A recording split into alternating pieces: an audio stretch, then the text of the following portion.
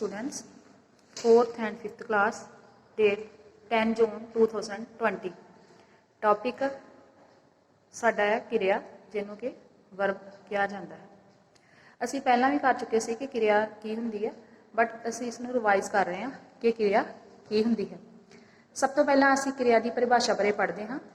जिहड़े शब्दां तो किसी काम दे होण जां कारण बारे काल सहायक जानकारी मिले उसनूं किरिया आखदे हैं।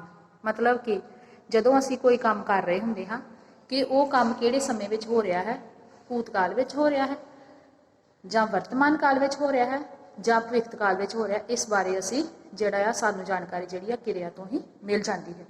जिवें कि असी कर रहे हैं कि मैं किताब पढ़ लई, जां इस तरह वो जिहड़ी कुड़ी पढ़ रही है, इहदे तो ये पता लग जाता है कि ये जिहड़ा ये किरिया जिहड़ी आ वो अजे हो रही है।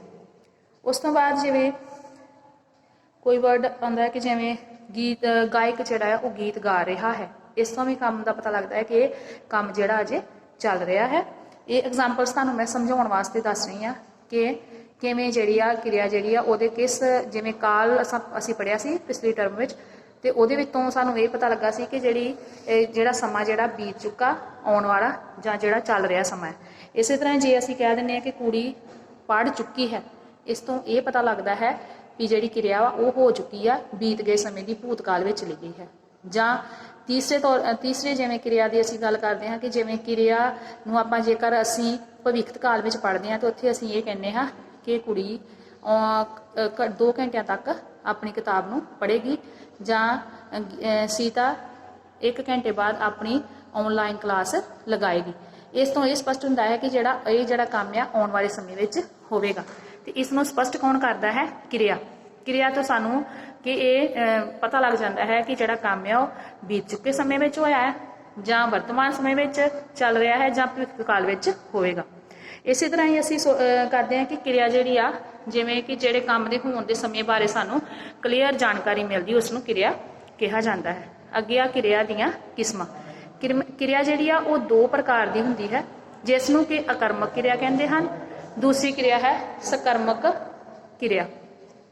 अकर्मक किरिया जिहड़ी आ उहदे विच इह हुंदा है कि कर्म तो बगैर, मतलब जिवें कि एक वाक जो असीं लिखते हैं, एक सेंटेंस लिखते हाँ, उस विच एक करता हुंदा है, एक कर्म हुंदा है ते एक किरिया हुंदी है।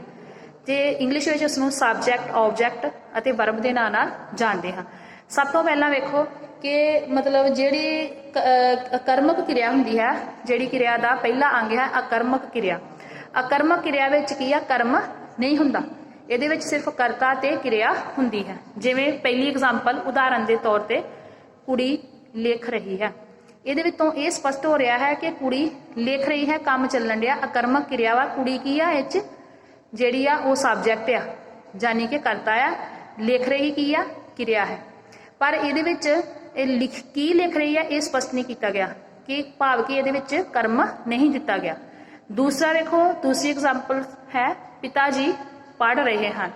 इत्थे पिता जी की आ, पिता जी हैगे ने करता, पढ़ रहे हैं, की पढ़ रहे हैं वो कोई जड़ा क्लीयर नहीं है, कोई पता नहीं कि की पढ़ रहे हैं। पढ़ रहे इत्थे किरिया है, पिता जी जिहड़े वो करता है।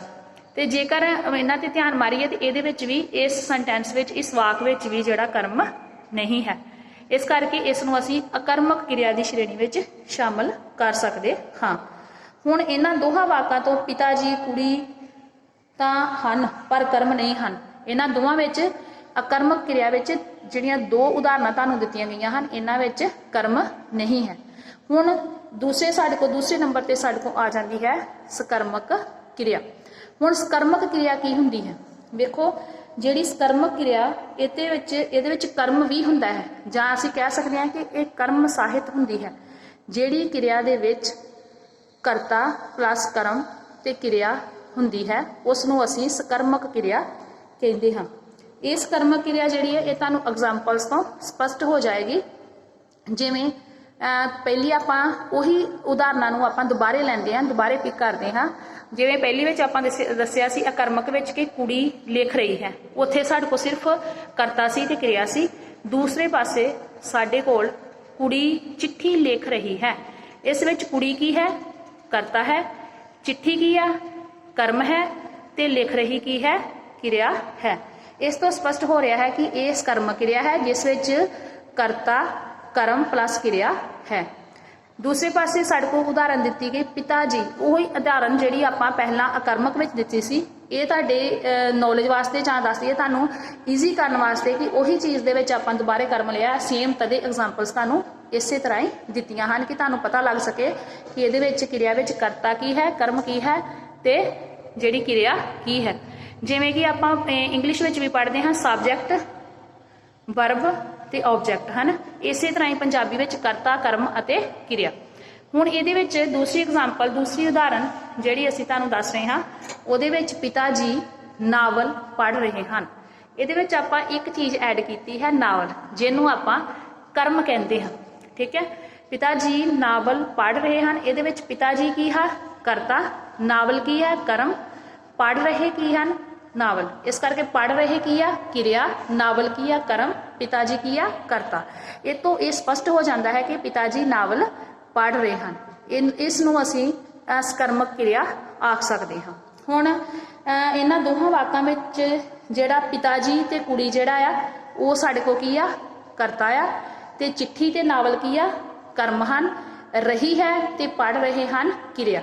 इस तो ये स्पष्ट हो रहा है, ये सेंटेंस बिल्कुल स्पष्ट तुहानूं नज़र आ रहा है, ये वाक स्पष्ट पता लग रहा है कि इहदे विच सकर्मक क्रिया जिहड़ी आ वो चल रही है। हुण इहदे विच वेखो बच्चों, जिहड़ी क्रिया वा इसनूं असीं एक बारी नहीं कई बारी रिवाइज कर चुके हैं, बट तुहाडी नॉलेज वास्ते क्योंकि यही ग्रामर वैकारणिक टॉपिक जिहड़े आ वो तुहाडे नैक्सट क्लासिस विच भी आने आ, इस करके तुहानूं जेकर बेस क्लीयर होएगा तो तां ही अगे जाके पता लगेगा। हुण इस तों मैं तुहानूं होमवर्क विच दवांगी कि प्रश्न पहला आ कि क्रिया किसनूं कहंदे हन जां कहा जांदा है। इहदे विच क्रिया की परिभाषा तुसीं जिहड़ी आ उहनूं रीड करना है, उहनूं पढ़ना है, तो उस तो बाद जिहड़ा आ उहदे विचों आंसर जिहड़ा फाइंड आउट करना है। उहनूं सिंपल अपने शब्दां विच लिखना कि क्रिया की हुंदी है। दूसरे नंबर ते साडे कोल है क्रिया किन्ने प्रकार दी हुंदी है। दूसरा प्रश्न है क्रिया किन्ने प्रकार दी हुंदी है। इहनूं तुसीं जस्ट इहदियां किस्मां दसणियां है कि अकर्मक क्रिया अते सकर्मक क्रिया जिहड़ी तुसीं लिखनी है। इस तो बाद तुसीं तीसरा प्रश्न है अकर्मक क्रिया दीयां 3 उदाहरणां दिओ।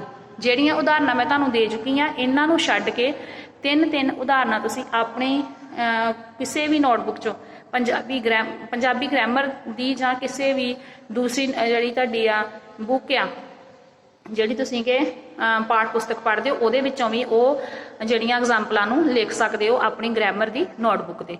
दूसरा चौथा क्वेश्चन साडे कोल हैगा सकर्मक क्रिया दीयां 3 उदाहरणां देणियां तुसीं, वो भी तुसीं इन्हां उदाहरणां नूं छड्ड के वो उदाहरणां देणियां वा जिहड़ियां कि अलग होण इन्हां तो।